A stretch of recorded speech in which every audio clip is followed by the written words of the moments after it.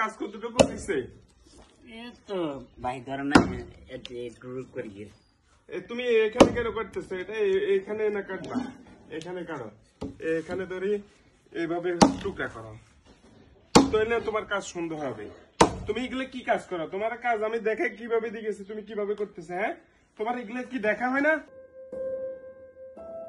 কইলে কান্দা আছে, কিছু কইলে কান্দে। হ্যাঁ, এটা কোন ধরনের কাজ? কাজ ঠিক মতো করতে পারবে না, আবার কিসে কান্দে? হ্যাঁ, ধরো কাজ করো না। বেতনের বেলায় তো ঠিকই বেতন নিতে পারো, দিনে 1000 টাকা বেতন নাও, কাজ কেন ঠিক মতো করতে পারো না? আমি দেখাই দিচ্ছি, এভাবে কাজ করো।